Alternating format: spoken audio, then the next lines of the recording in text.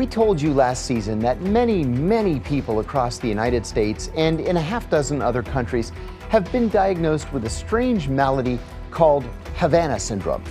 These symptoms first began manifesting in 2016 when diplomats at the U.S. Embassy in Havana, Cuba, began reporting things ranging from physical pain to ringing in the ears to cognitive difficulties.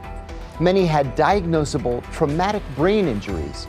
The U.S. government initially dismissed the symptoms as the product of crickets. Yes, crickets. But something more sinister was likely behind it. Multiple investigations from nearly every part of the American intelligence community led only to inconclusive results. And yet more and more people are complaining about these same symptoms. I'm John Kiriakou. Welcome to the Whistleblowers.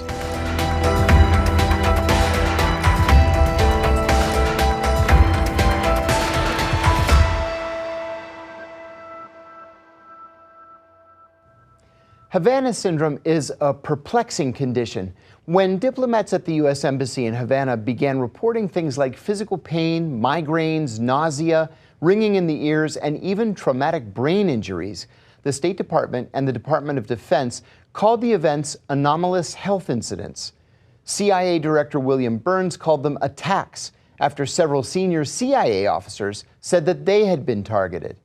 But after a preliminary look, the government decided that the situation was one of mass hysteria caused by nothing but the noise made by crickets when they were seeking to mate. That was ridiculous, of course, and it was wrong.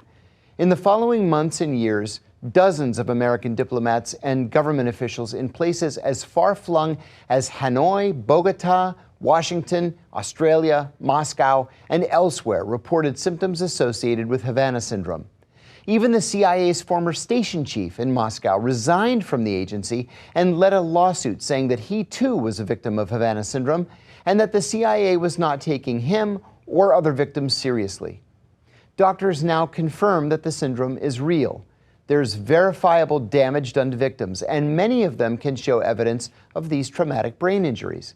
But there's no treatment, no rhyme or reason why some individuals seem to be targeted while others are not, and no admission from any element of the U.S. government, or from any other government for that matter, that this is real and something needs to be done about it.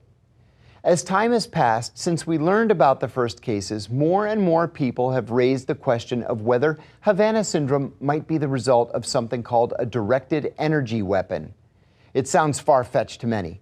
Could the American government, could any government, actually be testing new weapons on unwitting civilians? William Bill Binney was the fourth-ranking officer in the National Security Agency, or NSA, at the time of the September 11th attacks. As the agency's technical director, he was one of the most highly cleared officers in the entire organization, and he later became one of the most important national security whistleblowers in American history. And his wife, Dr. Katherine Horton, is former high-energy physicist and research fellow at the University of Oxford in England, and is investigating directed energy weapons. Bill Binney has accomplished a lot in his life. He likely didn't expect to count himself among the Americans who have experienced the effects of Havana Syndrome.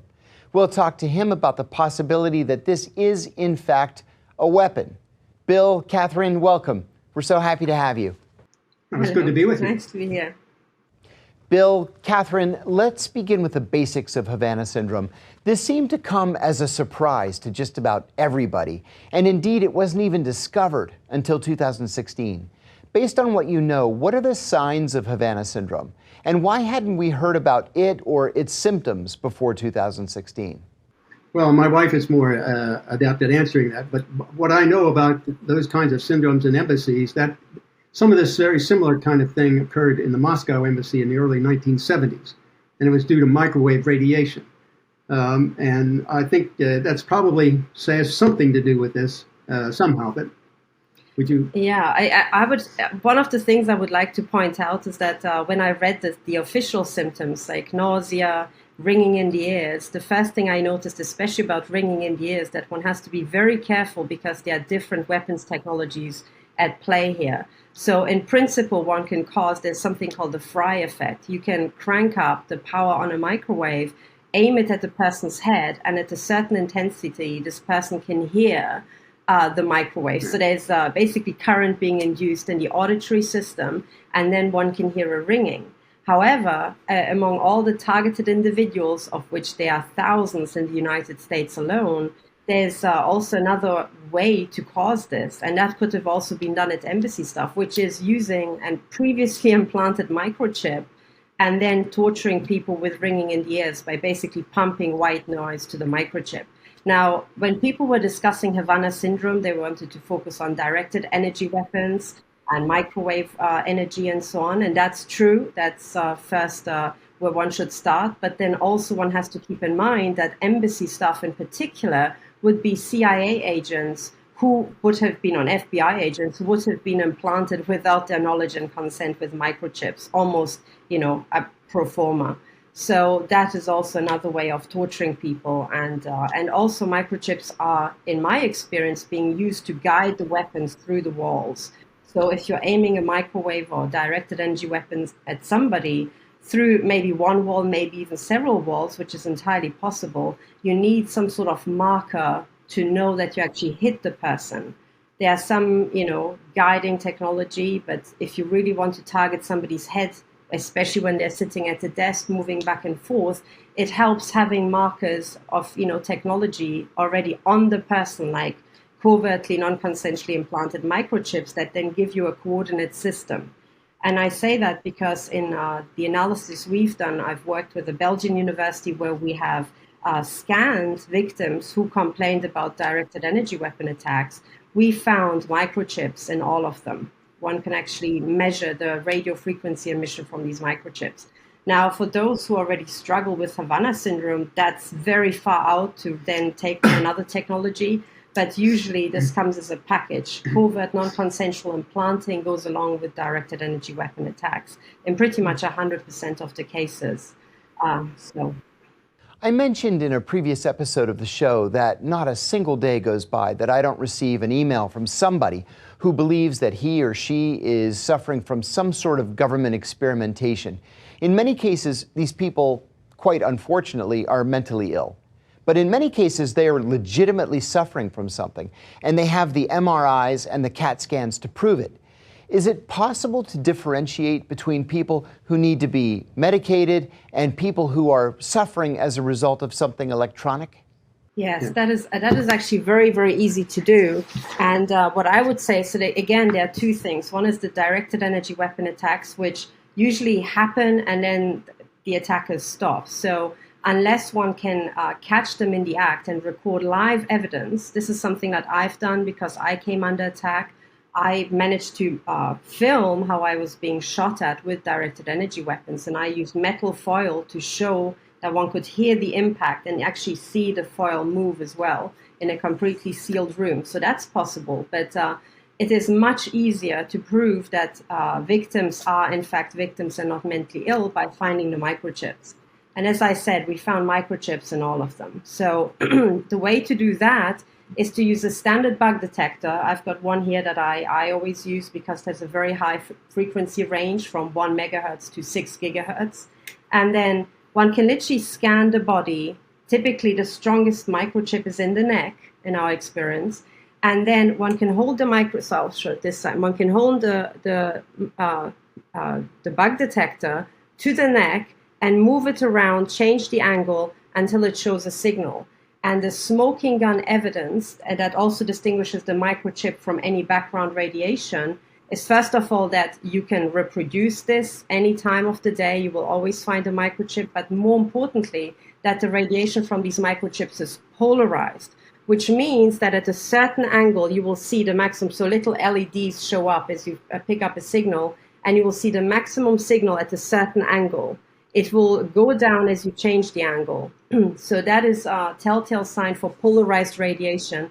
Background radiation typically is unpolarized. So it doesn't matter how you stick the antenna into a room. If there's Wi-Fi, mobile phone communication, you always pick up a signal, but these microchips are very, very specific. So that is usually the first way. Once you've found a chip in the neck, all victims are implanted according to a symmetric pattern, which is universal around the world. It doesn't matter if the victims are from Russia, from the US, or Germany. It's always the same. and they are basically implanted symmetrically in all the major joints, elbows, shoulders, hips, knees, and even down to the fingers with smaller microchips. So there's also a scientific paper on body area networks that exactly describes this technology that we found in victims. And when you actually look at where you find the microchips, you realize, oh my God, it is a coordinate system on the human body. So with this coordinate system, one can aim a directed energy weapon, hit a chip. The chip communicates back, sends a signal, yes, I received some energy. And then you can target individuals. So the standard victim, and that was also the same in the embassies, by the way. People described having their heads targeted, but sometimes also things like hearts and lungs. They had difficulty breathing, and that is actually the standard victim report. So I'm a victim myself, and I can tell you that you can feel a beam, you can feel it scan across your body. You can feel it changing from one side of the body to the other. When you have pain, suddenly switch hemispheres. It has nothing to do with the human brain because it's divided into hemispheres. So having, always pain on one side of the body could be a natural disease or natural ailment. But when it switches body halves very rapidly, that is usually an external attack. So this is how to go about proving that these people actually are genuine victims and are being targeted. Immediately after this began happening in Cuba, the State Department and the CIA commissioned studies to get to the bottom of the causes. At least that's what they said they would do. The State Department's Jason Advisory Group finally said in early 2022 that it was not likely that the symptoms were being caused by a directed energy weapon. Also in early 2022, the CIA released a report saying that in 976 of 1,000 cases of Havana Syndrome, they could confirm that the symptoms were not a result of a hostile foreign power. Without drawing any definitive conclusions, these studies speculated that the causes of Havana Syndrome could be ultrasound waves or they could be pesticides. But then a blue ribbon panel of the National Academies of Sciences, Engineering, and Medicine said that the likeliest cause was microwave energy, specifically directed pulsed RF energy. What do you know about the fallout from exposure to this kind of energy? Of course. Yeah, there is. Yeah. So in terms of fallout from this energy, it depends on what frequency, what intensity, what exact weapon is being used. So there's directed energy weapons that cause basically electromagnetic shock waves. If you get targeted by that, it feels like you're being hit on the head with a hammer. It can knock you out. It can cause strokes. It can cause heart attacks. They can also use classical microwaves to quite literally fry people's brains. Okay, so just as much as you cook a steak in the microwave, you can cook part of the heart muscle through that. You can even make a heart explode. That has been done to an author, Mikhail Fivik, who was exposing corruption in Prague. He wrote books about, modeled on actual corrupt figures. And one day his heart exploded, a pretty impossible, medical incident. But that's very easy to do by just aiming a microwave beam at somebody's heart and, causing it, or directed energy weapon with an actual shock wave. So other symptoms can be seen right on my forehead. I had an entire circular disc branded into my forehead by directed energy weapons that are hidden in cars and are aimed at me when I'm driving my car. So you can have burning symptoms as well, depending on the energy. But tissue damage is typically the common kind. I should also say that there's directed energy weapons Bill and I have witnessed, which one shot 2 holes into sheet metal in our home, whereby the weapon was launched from a drone and it shot through the roof and the upper floor without leaving a trace. And we had sheet metal. We were hiding in the basement, actually. We moved our bedroom into the basement because of the attacks on us.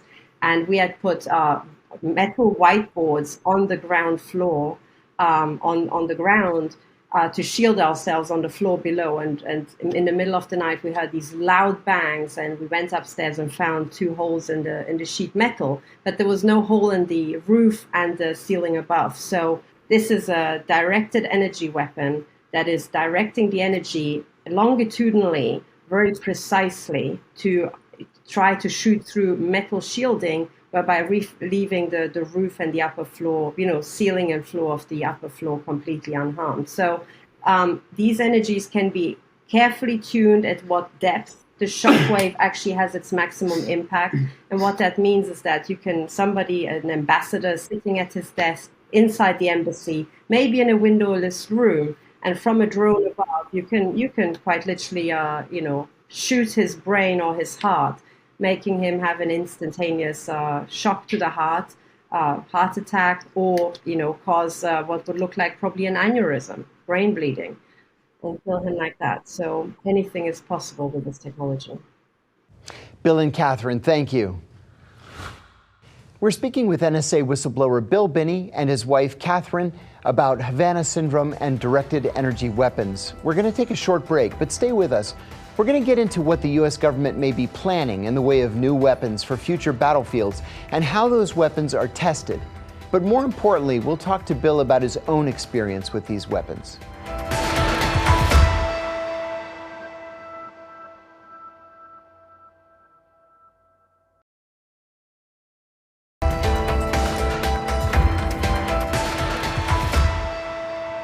Welcome back to the Whistleblowers. I'm John Kiriakou.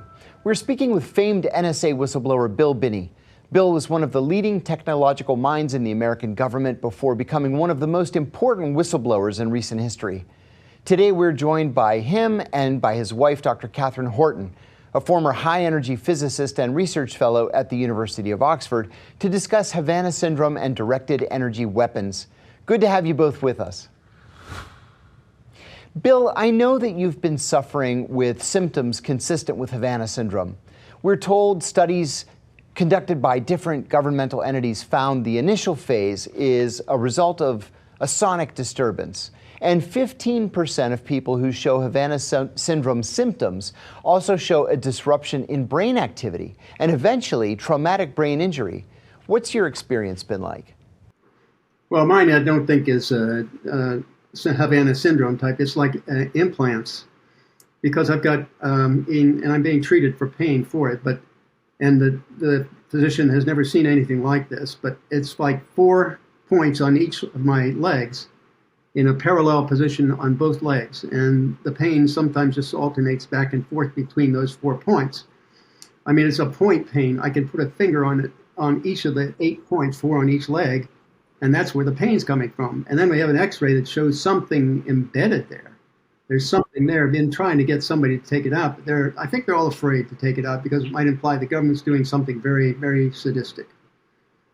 Yeah, we should also say that the pain that Bill experiences is so extreme. He has to go to a special pain clinic where he's prescribed particularly strong and tightly regulated pain medication. Yeah. And that's usually not even enough to block out the pain if the torture starts. And we call it torture because it would start exactly on the hour, for example, or exactly when Bill wants to go to sleep. And they would torture him throughout the night. And that's usually the pattern. So incredibly unnatural sort of medical issues. Have you been in touch with current or former government officials about this situation? What I'm curious about is what kind of response you get. Many people want to just brush off these symptoms as psychosomatic, but they're documentable. What are others in a position either to know or to have an educated opinion telling you? They're not. Yeah. They're just not getting involved. Yeah, and so the government officials usually block. We don't get any responses to letters. But I should say that the US government has known ever since Obama launched the so-called bioethics committee, where they actually did a survey of targeted individuals and found detailed reports. I mean, this went on for a long time. They collected a lot of material, and then they said, "Oh, thank you very much and goodbye." That's it. So people testified about that they're being tortured to death in their own homes. They provided evidence. They provided doctor certificates, and the U.S. government did absolutely nothing. Now, the answer for that, the reason behind it is very obvious. They are doing it. They know exactly what they're doing. And they just wanted to find out how well it's working and how people are responding to it, which is usually very badly. But we know it's a global torture program. I personally have litigated against MI6 in 2016. I asked the High Court in London for an injunction. against the attacks on me. And 3 days after my first hearing, I survived my first assassination attempt on the road. This came after MI6 actually gave me a death threat as I was going to the court. So it was unmistakable that it was them. And it's also clear that they are doing it.